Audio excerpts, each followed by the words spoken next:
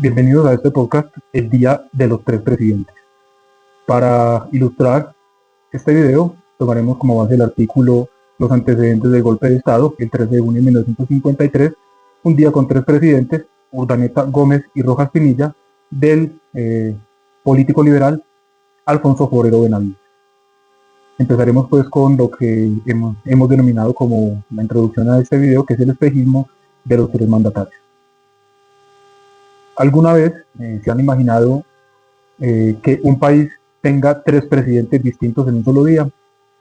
Inicialmente pues uno podría pensar que es una obra de ficción, pero ocurrió aquí mismo en Colombia el 13 de junio de 1953, donde en cuestión de horas la silla presidencial vio pasar a Roberto Urdaneta, quien era el designado por Laureano Gómez para ese momento.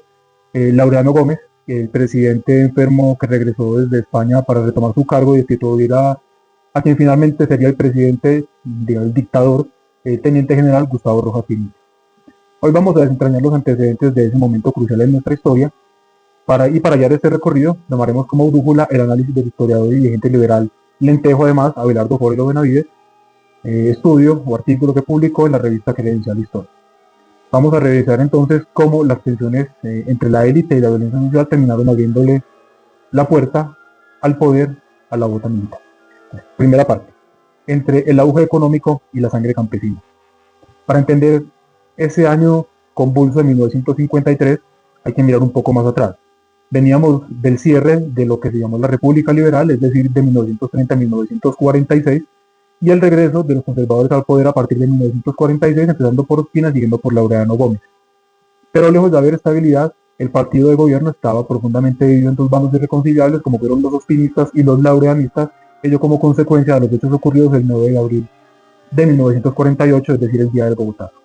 En medio de ese choque aparece una figura clave, dice Forero, que fue Roberto Urdaneta, quien era el nombrado designado presidencial.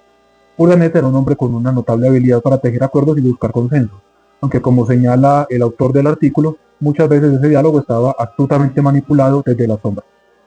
Ahora bien, mientras los almes de Bogotá se encontraban ocupados negociando en tramas de poder, qué pasaba en las calles y qué pasaba en los campos de Colombia. Pues la realidad era completamente diferente. Citando el análisis sobre la modernidad inacabada de Consuelo Corredor, el país crecía en infraestructura, pero sin un verdadero cambio de mentalidad ni justicia social. Vivíamos un contraste desolador. Por un lado, lo que podríamos llamar la bonanza.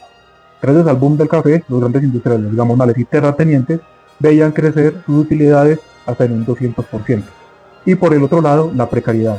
El salario de los campesinos y de los trabajadores apenas llegó a acumular un incremento general del 24%.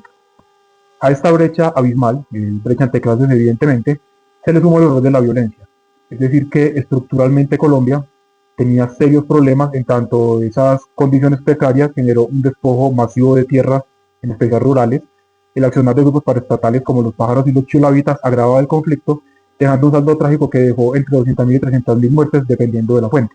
Es decir, que la crisis social era una bomba de tiempo. Tiempo después, tras la caída de la dictadura, la hipocresía política encuentra su colofón en un comunicado que sacan Lleras Camargo y Laureano Gómez, en el que, abro comillas, acusaban al régimen de ampliar el abismo entre unos ricos que se formaron como una corta clase social y los pobres, una gran masa cada vez más empobrecida durante este gobierno, olvidando pues que la desigualdad venía desde mucho tiempo atrás y ha sido parte de la historia de Colombia. Segunda parte, intrigas de salón y el salvador de la patria. Llegamos así al meollo del asunto. Forero Benavides nos muestra con agudeza cómo la política de mediados de siglo se convirtió en un cotilleo oligárquico. Las decisiones del destino nacional no se tomaban pensando en la gente, sino al calor de los amiguismos, las intrigas y las conveniencias personales. El fantasma del 9 de abril de 1948 seguía rondando. Verbo y gracia para Laureano Gómez. La memoria de esa fecha no era una llamada de atención sobre la desigualdad, sino el recuerdo de una chusma descontrolada que debía reprimirse, cosa que le negó Mariano Ospina en su momento mediante la fuerza de los fusiles. Ningún líder de la época quiso o pudo ver que el sistema político tradicional estaba colapsando. La grieta sectaria entre liberales y conservadores desangraba al país en los vecindarios, municipios y en sus respectivas veredas. Y fue precisamente esa incapacidad de la élite civil para pactar la que le abrió el camino a una solución radical.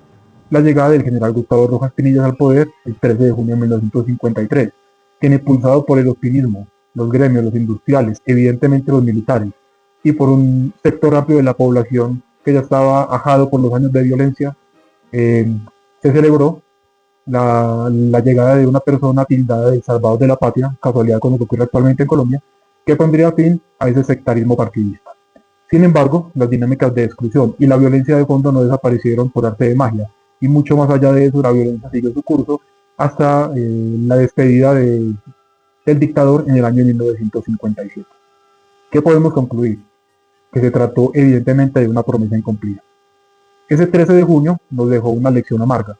Los cambios impuestos desde arriba, sin transformar las brechas sociales ni las formas de hacer política, suelen prolongar las crisis en lugar de resolverlas. Lo que sí parece tener claro el autor, así como Urdaneta para ese año de 1953, es que lo único que podía salvar a la patria de la violencia política, de la dictadura o de cualquier otro mal que cayera impetuoso desde los cielos, era la unión entre los líderes de cada facción. De ahí pues el episodio del beso ideológico de Canapié, que sentó las bases para el Frente Civil, ahora el Frente Nacional, luego del fin del periplo de Rojas Pinilla. Creemos, por último, que no hay mejor forma de cerrar esta reflexión que recordando las palabras con las que Forero Benavides concluye su texto. Abro comillas: al asumirse el nuevo régimen militar, se escucharon las notas de nuestro himno patrio, ese mismo que guarda, según el autor, una promesa que en diversas circunstancias históricas se mantiene incumplida. Cesó la horrible noche. Cierro comillas. Muchas gracias por acompañarnos hoy en este viaje por la memoria histórica de la Colombia de mitad de siglo, y nos escuchamos en una próxima reflexión histórica.